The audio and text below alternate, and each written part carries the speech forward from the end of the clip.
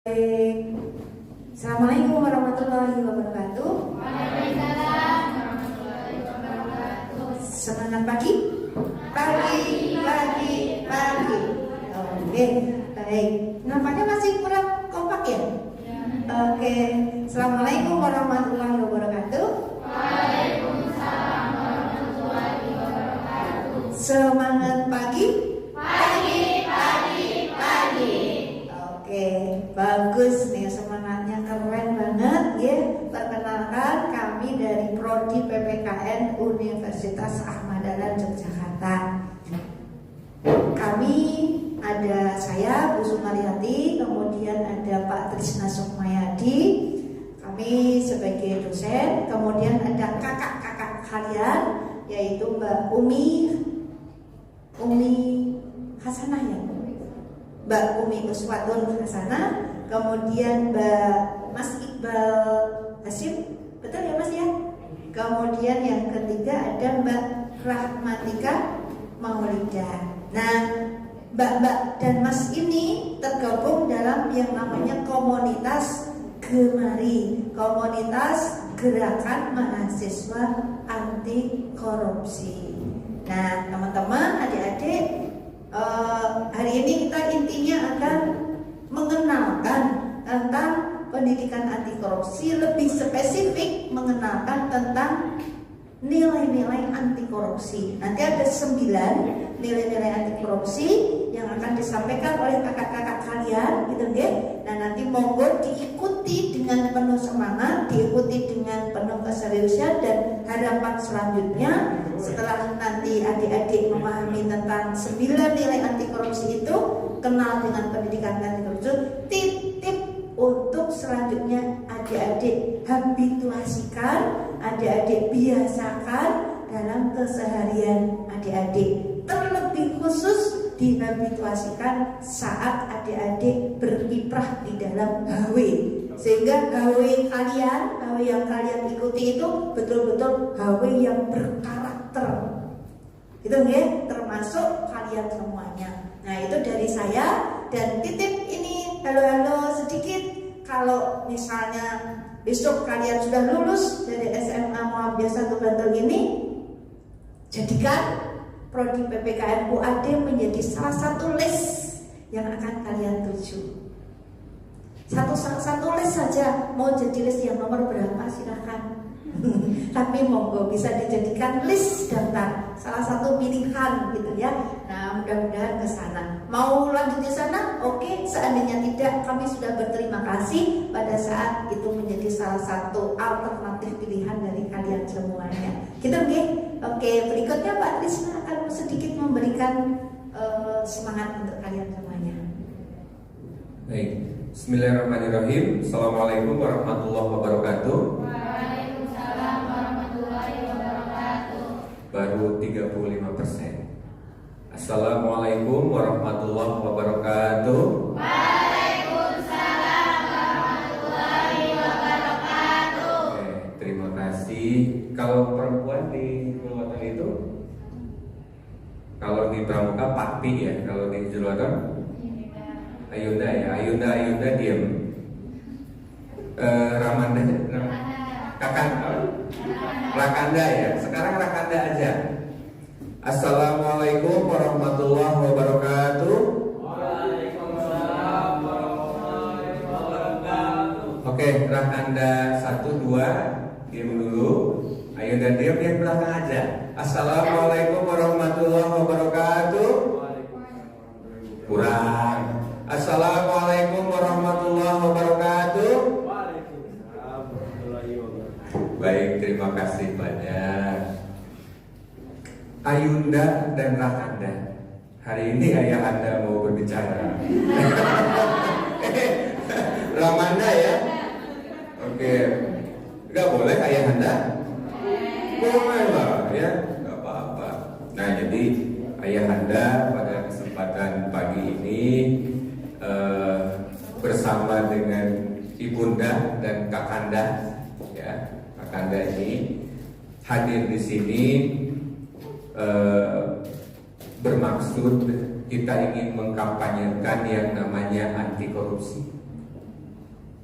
Ayunda dan Kakanda semua sudah tahu barangkali di media massa ya, bagaimana korupsi di Indonesia. Ngeri, ya, ngeri. Kalau tidak percaya silahkan cek. Ketika berbicara korupsi, wah banyak sekali itu bermunculan. Ayunda dan Kakanda tingkat kepala desa itu hampir 500 yang sudah jadi tersangka korupsi, artinya sudah inkrah jadi koruptor. Itu tingkat kepala desa. Saya nggak kebayang ini kalau tingkat selanjutnya, ya.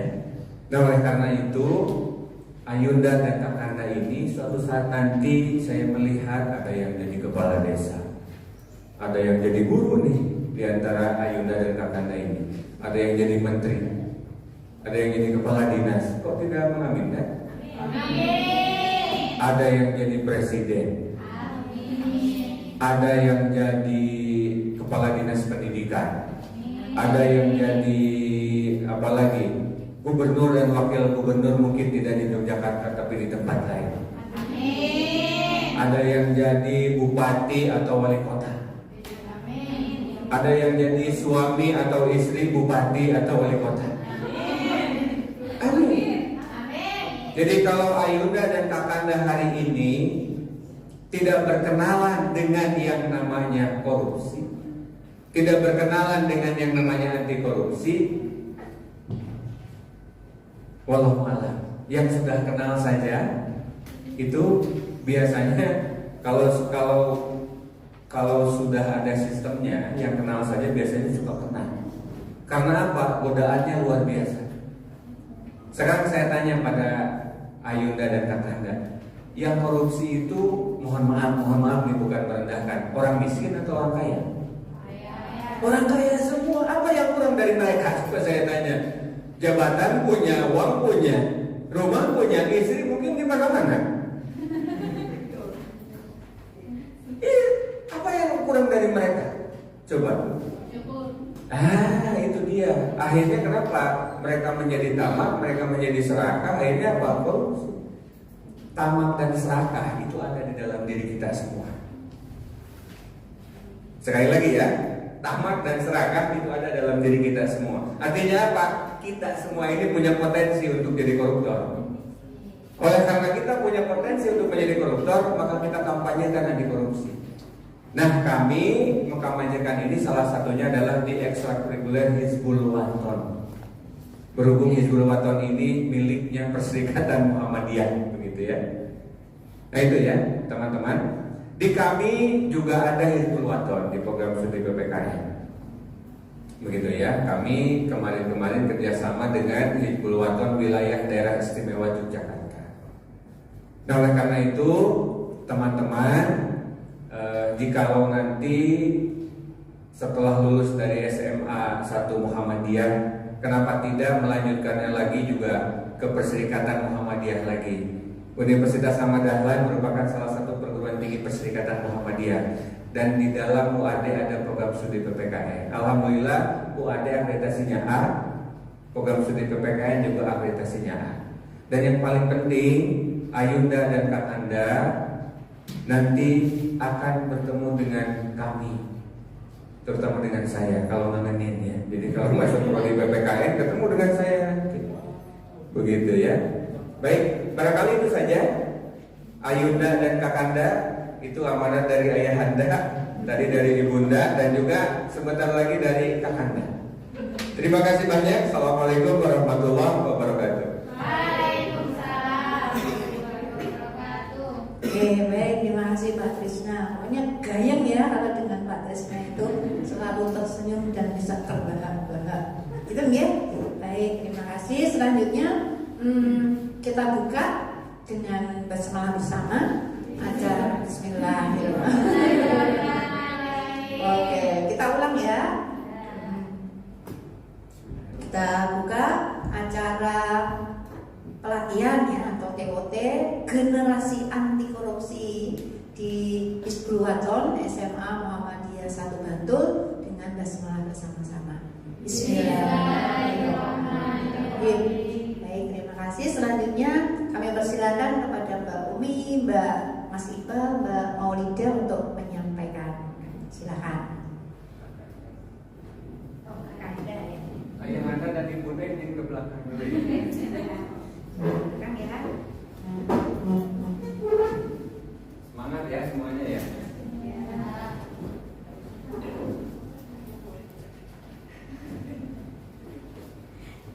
Ya, bismillahirrahmanirrahim. Assalamualaikum warahmatullahi wabarakatuh. Waalaikumsalam. Apa kabar teman-teman? Teman-teman apa siapa nih bagi dunia nih? Teman-teman seumuran ya berarti kita. Oke dong. Oke. Perkenalkan kami dari komunitas Gerakan Mahasiswa Anti Korupsi yang ada di program studi Pendidikan Pancasila dan Kewarganegaraan Universitas Ahmad Dahlan Yogyakarta. Di sini kami ingin mempresentasikan tentang 9 nilai anti korupsi atau biasanya kita sering sebut dengan senasi. Nah, tapi sebelum itu teman-teman, karena sudah dibagikan kertas tadi ya oleh ibunda kita, jadi mohon teman-teman untuk mengisi terlebih dahulu sebelum kita nanti masuk ke materi yang akan saya jelaskan. Bisa diisi ya, saya kasih waktu 5 menit. Sebisanya aja ya, Kak Yunda dan Kak Handa, karena ini bukan ujian akhir semester. Sebisanya aja. Kalau nggak tahu jawab tidak. Langsung baca tidak.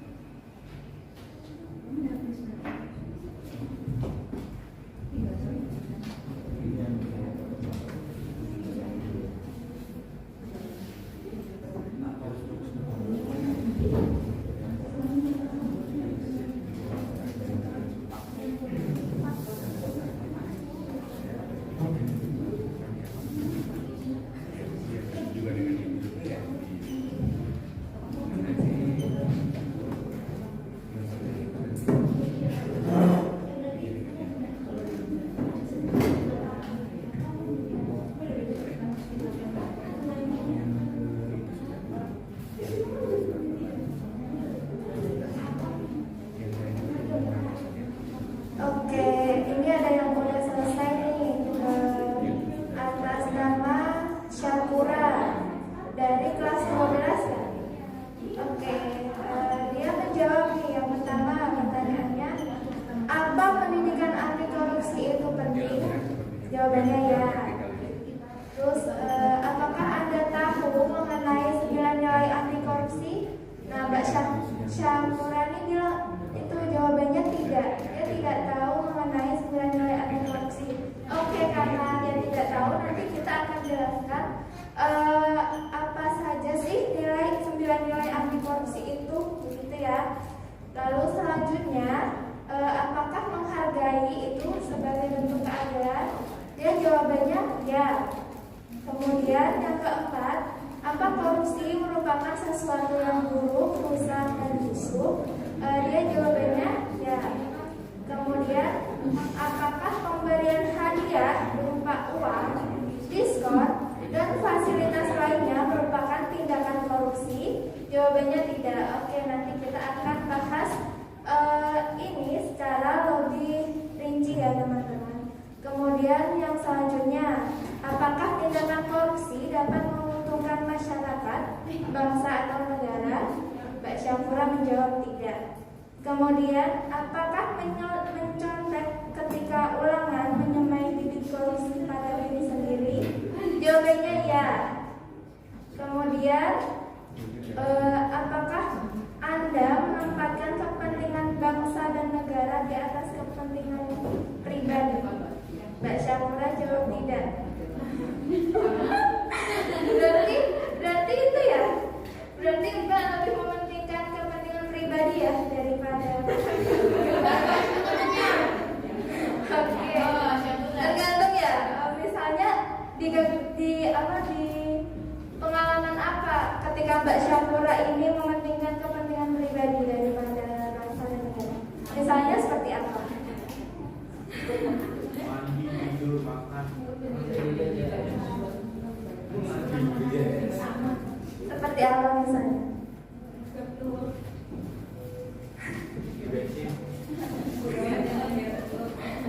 Oke, selanjutnya, apakah berpikir kreatif menjauhkan diri dari sikap berani korupsi? Mbak Syakura menjawab ya. Kemudian, apakah meminta uang lebih untuk membeli buku sama saja merupakan tindakan korupsi? Mbak Syakura menjawab ya. Oke, kasih tepuk tangan buat Mbak Syakura. Oke, jawabannya lumayan.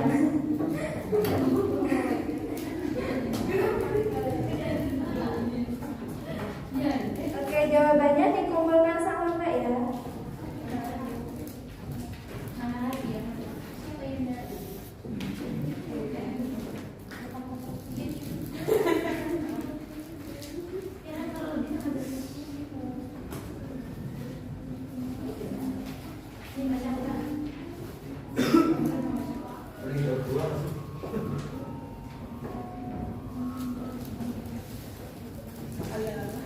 Jadi karena teman-teman sudah mengisi pretest yang tadi sudah dibagikan, kita langsung ke materi yang akan saya sampaikan. Materinya tentang nilai-nilai anti korupsi. Karena tadi sepertinya kebanyakan banyak yang belum tahu apa sih nilai-nilai anti korupsi itu. Jadi nilai-nilai anti korupsi itu ada hal yang paling penting ya, yaitu jujur atau kejujuran. Di sekolah biasanya ini bisa dipraktekkan saat teman-teman ujian atau saat ditanya alasan kenapa nggak bikin PR, alasannya ketinggalan, padahal lupa. Ya, jadi kejujuran hal yang sangat basic atau sangat pokok yang harus kita miliki adalah kejujuran. Lalu yang kedua adalah kepedulian. Peduli sama siapa dulu tadi ya? Peduli sama doinya. Ya, peduli terhadap hal-hal sepele yang mungkin kayak kita mau usah ikut-ikutan lah, nanti ikut dihukum lagi. Pokoknya temennya mencontek, kita lihat nih teman kita mencontek, tapi kita nggak mau ngasih tahu ke guru, takutnya nanti dibilang sok-sokan lah, dibilang ya cepu gitu ya. Padahal kan itu bentuk dari kita peduli sama teman kita supaya teman kita itu tidak melakukan hal yang sama lagi. Lalu yang ketiga adalah kemandirian. Teman-teman di sini semuanya di boarding apa ada yang full day? Boarding semua ini. Berarti sudah sangat pokok ya, mandiri itu harus anak-anak pondok itu harus mandiri banget gitu ya. Jadi mandi sendiri, tapi bukan mandi sendiri. Jadi mandiri untuk teman-teman di sekolah maupun di pondok itu adalah sebisa mungkin kalau memang bisa dilakukan sendiri tanpa mengorbankan orang lain, kenapa harus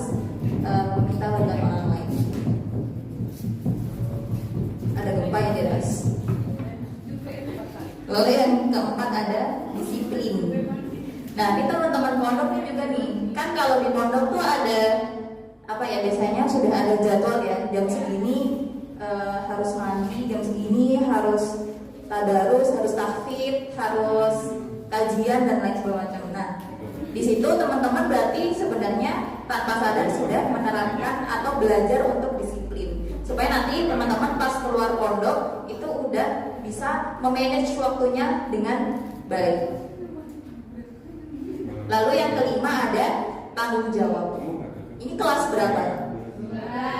Semuanya kelas 12. Yang cowok diem aja dari tadi. Introvert ya?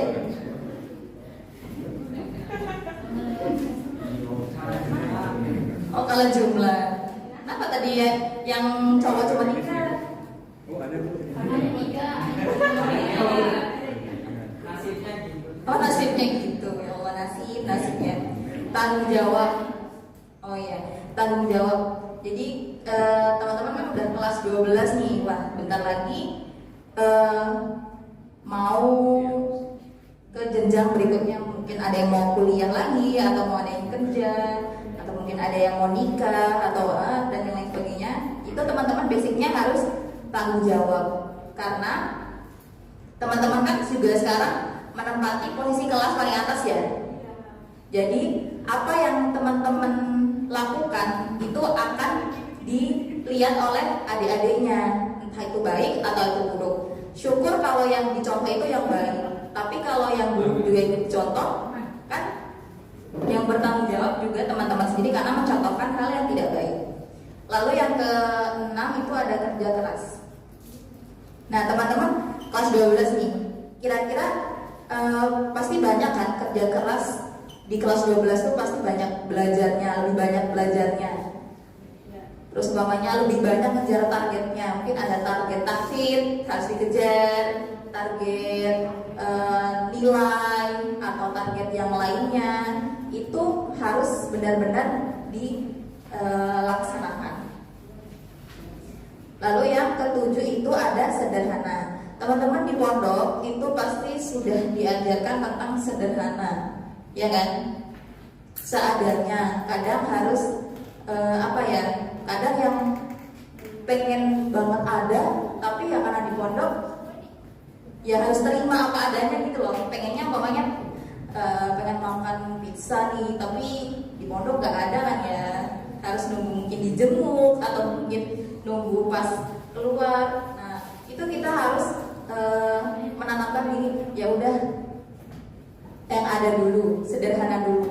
Karena mungkin di tempat lain pizza itu atau makanan yang teman-teman pengenin itu adalah suatu kemewahan gitu loh. Jadi apa yang ada di pondok itu adalah nilai-nilai dari kesederhanaan itu. Aduh, udah direkam. Ya. Berarti teman-teman udah paham ya tentang 9 nilai anti korupsi. Paham? Setelah ini ada postas lagi. Postas kan?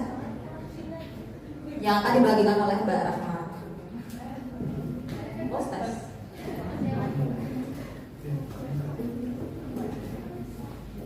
Ada dialog.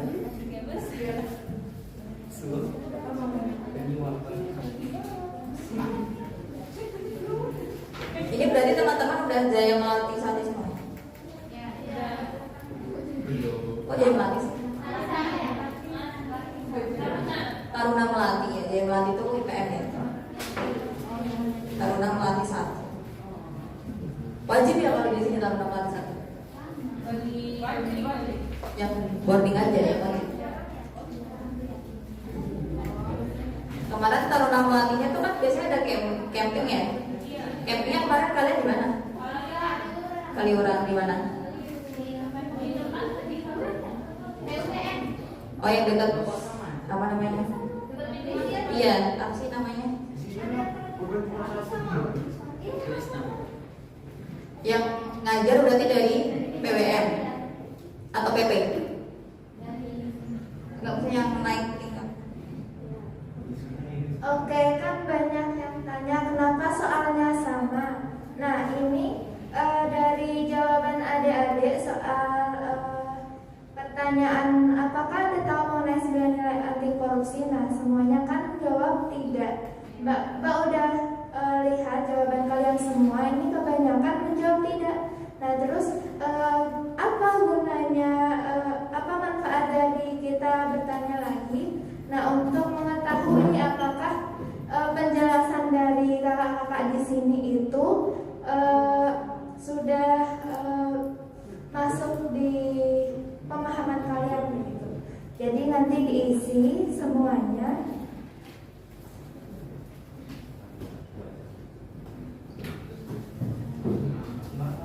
Kalau misalkan ada pertanyaan dari kalian juga boleh ditanyakan kepada Mbak Aya. Boleh tanya tentang nilai-nilainya atau mungkin modelnya tentang apa sih gerakan mahasiswa anti korupsi, atau mungkin mau tanya-tanya tentang PPKN UAD. Betul, boleh tanya-tanya seputar PPKN, gerakan mahasiswa anti korupsi itu apa, terus terkait dengan anti korupsi juga boleh. Menangkap sambung. Enggak ya? Kak, tanya deh. Boleh. Saya waktu itu pernah baca bukunya Episode. Itu novel pokoknya. Itu ada suatu dialog yang dia itu bilang, terkadang kejujuran itu menjadi jujur tidak membuatmu kaya. Terus lawannya ngomong lagi, iya, terkadang kejujuran juga hanya membawa pada kesengsaraan. Dan saya mikir, di dunia yang makin dewasa ini, dunia yang makin tua, kejujuran itu kan malah kadang apa ya, saking banyaknya orang yang berbuat jahat, saking banyaknya orang yang gak jujur, menganggap jujur itu sebagai musuh. Dan apabila kalau kita berbuat suatu jujur, itu kan akan membawa banyak marah bahaya buat kita sendiri. Itu gimana menurut kalian? Apakah saya harus tetap jujur, atau saya ngikutin alur, atau saya harus berbuat jahat juga untuk ngikut mereka?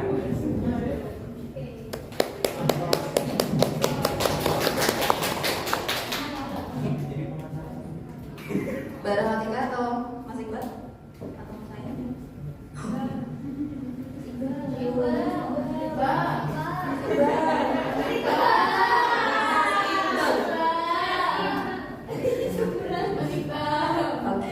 Pertanyaan bagus ya Mas Yusuf. Mas Yusuf ya dari namanya.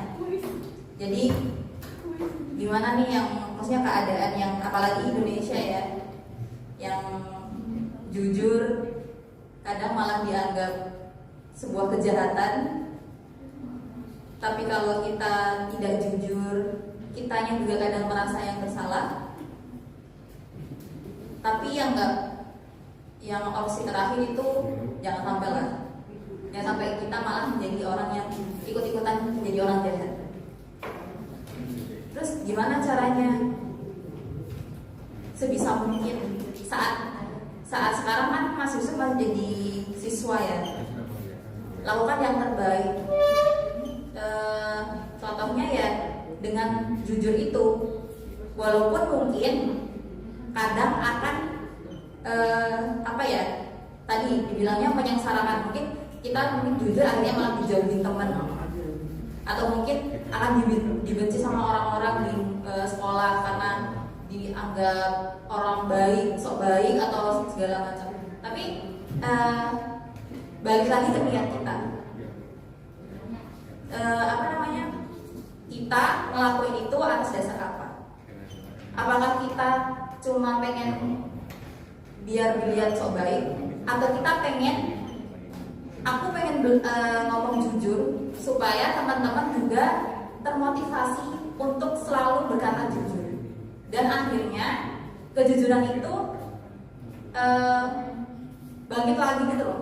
Bukan sesuatu yang malah ditakutin. Aku kalau jujur malah nanti takut dihukum dan segala macam.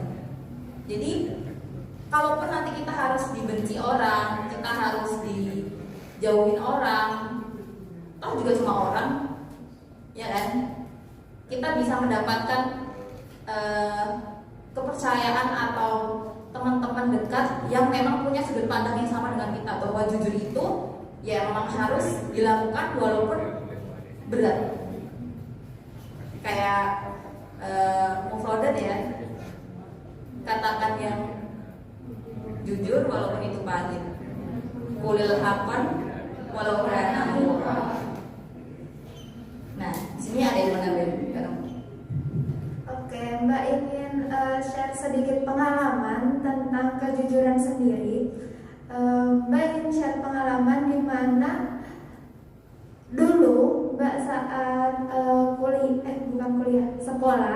saat sekolah itu teman-teman Mbak ini mohon maaf ya, tapi Mbak nggak nyebut ya saat SD apa SMP apa SMA, Mbak nggak sebut. Saat itu Mbak ingat sekali teman-teman Mbak itu nyontek saat ulangan. Nah, saat ulangan mereka nyontek.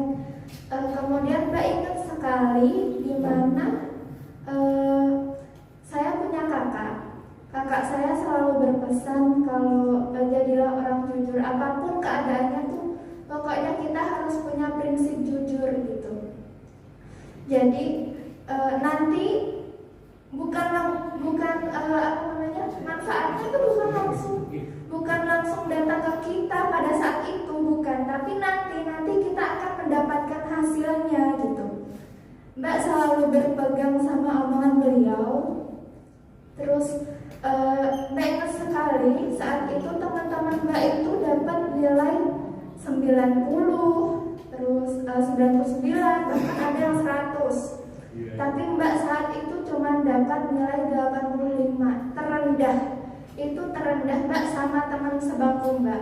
Teman sebangku Mbak juga punya prinsip yang sama, dia itu memegang kejujuran gitu. Dia punya prinsip yang sama Mbak, sampai kita itu seperti dikucilkan karena kita nggak mau bergabung dengan mereka gitu. Maksudnya bukan bergabung dalam apa-apa, tapi nggak mau mencontek gitu, nggak mau mengikuti cara mereka gitu. Nah kemudian saat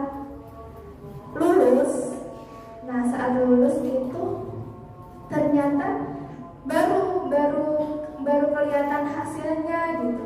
Dimana saat Mbak selalu berpegang pada kejujuran, walaupun peringkat Mbak nggak selalu 5 besar, nggak selalu 10 besar gitu, tapi ternyata kemudahan itu selalu datang kepada Mbak gitu. Kalau misalnya Mbak mau daftar di SMA itu ternyata juga keterima, pas itu kan belum ada sistem zonasi ya. Pada saat itu masih pakai nilai, masih pakai prestasi begitu. Nah dari situ Mbak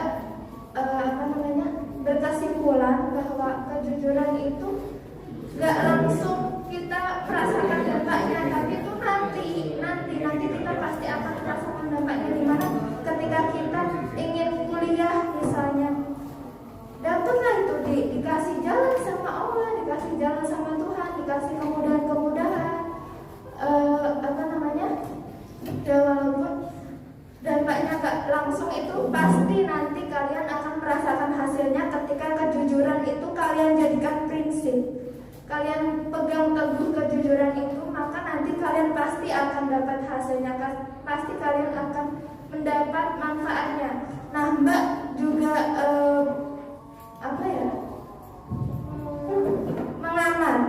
mengamati teman-teman Mbak yang yang mereka yang tidak jujur, mereka yang kebiasaan mencontek, berbohong, uang LKS-nya nih dilebih-lebihkan padahal sisanya buat jajan dan lain sebagainya.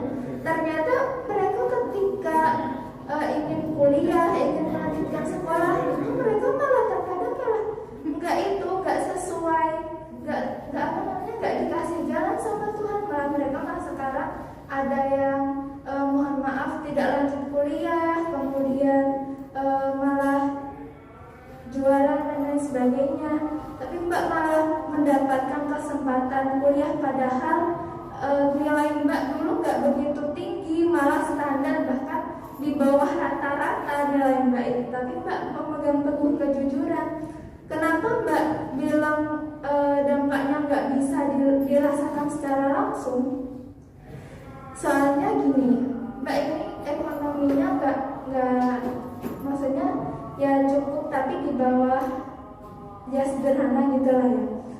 Terus Mbak pengen kuliah, nah saat itu Mbak daftarlah kemana-mana di negeri. Di negeri itu kan yang biayanya cukup bisa murah gitu kan ya. Tapi nggak keterima. Nah, gimana ceritanya Mbak bisa keterima di UAD? Nah, Mbak dulu nggak langsung diterima. UAD itu pilihan terakhir, soalnya Mbak dulu nggak tahu apa-apa soal UAD.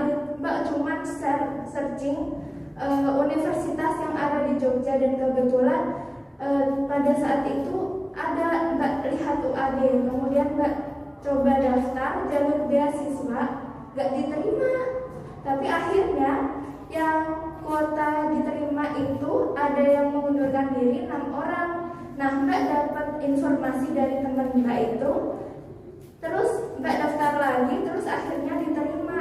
Itu padahal Mbak udah pasrah banget, udah yang pokoknya kalau misalnya keterima, ya pokoknya kalau dikasih jalan kuliah, saya ingin kuliah gitu. Pokoknya saya pasrah lah sama Tuhan, itu pilihan terakhir Mbak. Univ yang lain itu Mbak itu ditolak loh, padahal awalnya juga ditolak sama UAD. Tapi karena kita sabar, karena kita legowo, karena kita menerima semuanya, menerima dengan ikhlas, kemudian berpegang teguh pada kejujuran, insya Allah kita akan selalu dimudahkan jalannya sama Tuhan begitu. Jadi walaupun teman-teman kalian misalnya ada yang mencontek, ada yang tidak jujur, gak usah ikut-ikutan. Kita harus berpegang teguh sama prinsip kita. Walaupun kita dinilai sama manusia kayak gimana pun, kita gak usah peduli gitu. Soalnya yang terpenting itu penilaian Tuhan terhadap kita. Penilaian manusia itu gak terlalu penting gitu. Itu saja dari Mbak. Tangan dong.